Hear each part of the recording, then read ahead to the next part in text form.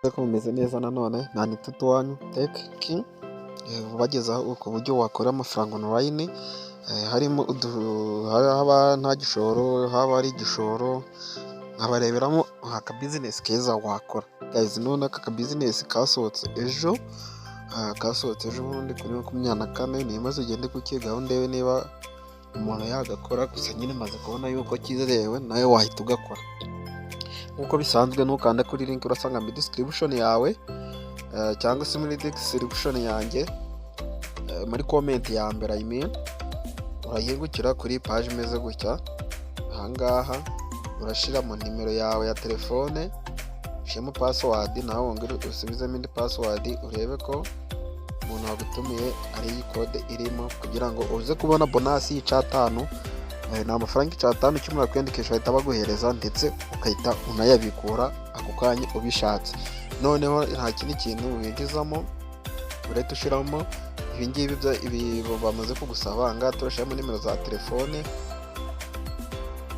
turashiramo nimero zacu za telefone. Aha hepfo nakubwiye ko turi buze gukiriyetinga password, naha hepfo nabwo twongere dusubizemo password kugira ngo tuyikonfirime. Hanyuma tuhite dukanda ahangaha, tuhite dukanda hano kuri register. Okay, ngira ngo urabona yuko tukimara gukanda register tuhise twinjira muri account yacu. Ngira ngo urabibona neza, dufite icatanu hano kuri balance yacu. Nahangaha ngira ngo muri income dufite, urabona yuko dufite cyatanu cacu. Noneho ngiye kugusobanurira uburyo aka platform gakoramo. Iyi kanaga platform ni ak'abanyarwanda kasohotse, abantu benshi ndabizi bari gutekereza ngo ni scam, babandi batabafite gahunda yo gukora amafaranga. Gusa nyine wowe uri kureba iyi video nizere ko wamaze gusobanukirwa uburyo wakorera amafaranga online ndetse n'uburyo bikoramo. Umenya platform mbere ukayikora, nuko ugerageza amahirwe. Ni amahirwe, ariko online abantu benshi tugenda dukorera amafaranga. Ngira ngo urabona yuko izi ni product ugura ukahita ubikuza catanu cawe, ntago wayabikuza iyo waguramo product. Ngira ngo murabizi tore ni amafaranga 5,000 niyo makeya ushiramo ukoresheje telefone yawe ya mobile money, no kubikora ni direct mobile money, ntago bisaba ikintu kirenze ibintu birebire wapi. Ni ahangaha kuri buy now. Wowe nta kindi kintu kugira ngo ugure iyi product, uraza ahangaha mpite nkwerekana uburyo urabikuramo catanu. Uraza ahangaha bituza ukanda hano, bituza hano recharge. Numara kuza hano kuri recharge, ngira ngo urabona ibi ni ibiciro byo product agiye atandukanye ugenda udepositinga cyangwa se uri charging. Twe ni 5 turahitamo, hanyuma tuhite tuza dukande hano confirm. Tuhite tuza dukande hano confirm. Nimara gukanda confirm, urahita ugera ahantu hameze gutya. Ahangaha bari kukubaza ngo ni izihe nimero cyangwa se n'uwuhe murongo uri kuza gukoresha, Airtel, MTN, byose birakunda. Tuhitemo iyi MTN, hanyuma kamitemo iyi MTN, hanyuma dushiremo nimero, ushiramo nimero zawe urakoresha uri kohereza amafaranga, hanyuma uhita ukanda hano confirm.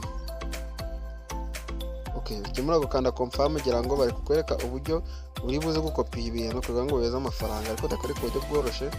Bakubwira ngo kopiya izo nimero, urakanda iyi next, hanyuma guca. Noneho wowe uranga ku bantu bazi kohereza amafaranga, ngira ngo barabona yuko urahita uza ukande kuri aka kantu ka copy success application. Niko uri buze gukandaho. Numara gukandaho ugende wishure woherezeho amafaranga 5,000. Urebe ko amazina ari aya ngaya ya Eliya, urebe ko ari Eliya ibaruye kuri iyi nimero.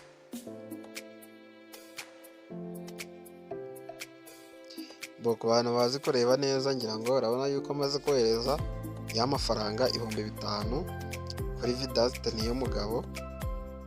Nayohereje kuri Vedaste Niyomugabo, ntago ari ziriya nimero, nongeye gusubiramo bahita bampereza izindi nimero. Wowe aba ni aba agent babo, bagiye guha Eliya bakaguhereza Vedaste bitewe n'uwo ari we. Wowe biterwa na nimero uhasanze ako kanya. Urabona ko maze kuyohereza, none ngiye kukwereka uburyo uguramo product ugahita ubikuza ca 5 cawe. Ukimara wowe nyene ukimara kohereza ya mafaranga, arahita akoza muri ntuza neza, urahita uzukanda hano kuri product. Ukimara kohereza amafaranga automatically ihita isaha ahita uyasanga muri account yawe. Niba wohereje amafaranga naze muri account yawe, uranyandikira kuri WhatsApp, muri description haba harimo link yacu ya WhatsApp group, ubonamo nimero yanjye, hanyuma ukanyandikira nkagufasha. Nyango urabona yuko tugiye kugura iyi 5,000. Yazanye kandeho, nimara kwikandaho nza hano nkande confirm. Nimara gukanda confirm rero bira product yacu leta bikunda. Ngira ngo urabona ko hano hejuru nayisingira ngo my product ifiteho imwe, cyangwa urabibona.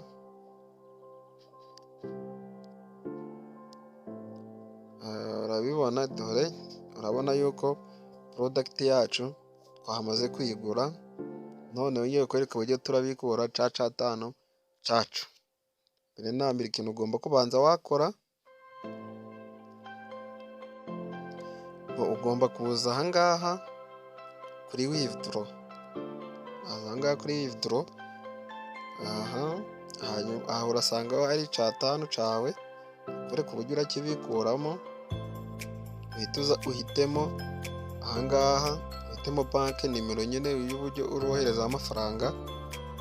Kubera ko nje nyifitemo rero ngiye kwereka nawe uburyo urashiramo iyawe. Uraza ukanda hano kuri add, ahangaha bakubwira ngo selectinga bank. Selectinga bank ni MTN cyangwa se Airtel bitewe niyo ushaka, ugahita ugakanda confirm.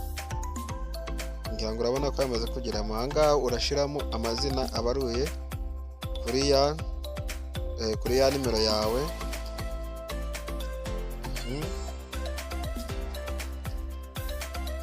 Ngende kubereka ahangaha ushireho nimero yawe ya telefone. Shira nimero yawe ya telefone. Niba wahisemo MTN ugomba gushiraho MTN. Hanyuma ukanda hano confirm. Ngira ngo urabona yuko banki yacu yamaze kugura. Mushaka washiramo MTN na Airtel bitewe niyo ushaka. Noneho ubwo uhitamo, iyo umaze kwigiramo uhituza ugakanda hano, ugakanda kuri iyo banki yawe. Ngira ngo urabona yuko nimero zahise zijyanamo. Ahangaha ushiremo amount. Niba ari 1,500, urakira amafaranga 1,200. Ngira ngo fi bakata cyangwa se bakata rate yabo ni 20% yayo ugiye kubikura. Urumva hano baradukataho 300. Hanyuma mpite nza nkande confirm. Nimara gukanda confirm rero, nimara gukanda confirm ngira ngo urabona yuko kuri withdrawal codes yacu birimo guprocessinga. Mu kanya gatoya amafaranga yacu turaba tumaze kuyakira. Turategerezaho gakeya. Tayari ngira ngo urabona yuko withdraw yacu imaze kuba successful. Turebe niba message nayo yahise itugeraho kuri mobile money yacu. Ngira ngo urabona yuko amafaranga yacu 200 aturutse kuri Eric. Ngira ngo urabona yuko twese tumara kuyakira tayari. Ngira ngo murabibona neza yuko iyo aka business kemewe. Noneho turebere hamwe uburyo amafaranga agenda kugwamo. Noneho iyo wamaze kugura product, ngiye kwereka uburyo iyo product wowe ikubyariramo amafaranga. Tukaza tugakanda hano hejuru kuri product yacu twaguze. Ngira ngo urabibona yuko daily income ni 1,000, twashoye 5. Ubwo tumaze ko ayo twashoye tumaze dusigaje yo 4. Ubwo buri munsi automatically wakira 1,000 kuri akawunti yawe minimum yo kubikura ni 5,000, ubwo ni mu minsi 90 ugomba kuba umaze kubikuzamo ibihumbi 90, kugira ngo urabibona neza. Ngero urabona ko ari iminsi 90 hano hepfo. None reka turebe n'izindi product ubwazo, dore iyo ushizemo ibihumbi 10, nibyo nakwifuriza buri muntu wese ko yashyiramo buri munsi akajya abikura, atarenze ategereza undi munsi wa kabiri.